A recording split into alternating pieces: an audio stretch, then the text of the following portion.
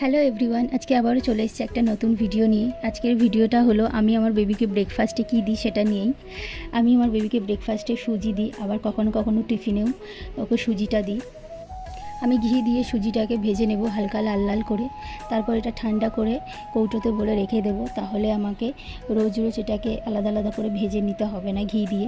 আর অবশ্যই আপনারা ঘিটা অ্যাড করবেন, কারণ ঘি বেবিদের ওয়েট গেইন করতে ভীষণ ভীষণ সাহায্য করে। এই যে আমি ঠিক এভাবে লাল লাল করে ভেজে নিয়েছি। তারপরে আমি এই যে 1.5 চামচ মতো সুজি 5 থেকে 7 মিনিট খুব ভালো করে সেদ্ধ করে নেব। আমি আমার বেবিকে 6.5 মাসের পর থেকে সুজিটা দিই, আর আজকেও 7 মান্থ কমপ্লিট হলো।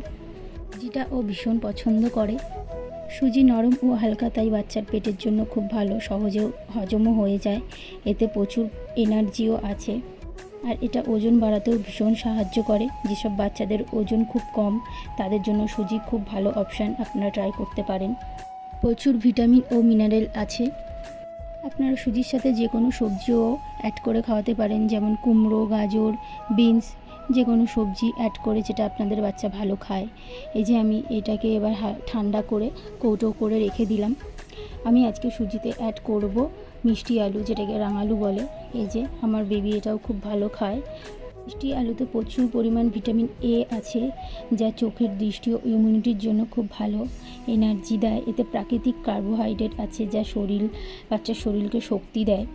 ওজন বাড়াতেও ভীষণ সাহায্য করে, ব্রেন ও ত্বক ডেভেলপমেন্টের জন্য খুব সাহায্য করে। আর আপনারা কলাও অ্যাড করতে পারেন, সুজির সাথে কলাও অ্যাড করে খাওয়াতে পারেন। কলাও কিন্তু বাচ্চাদের জন্য ভীষণই ভালো।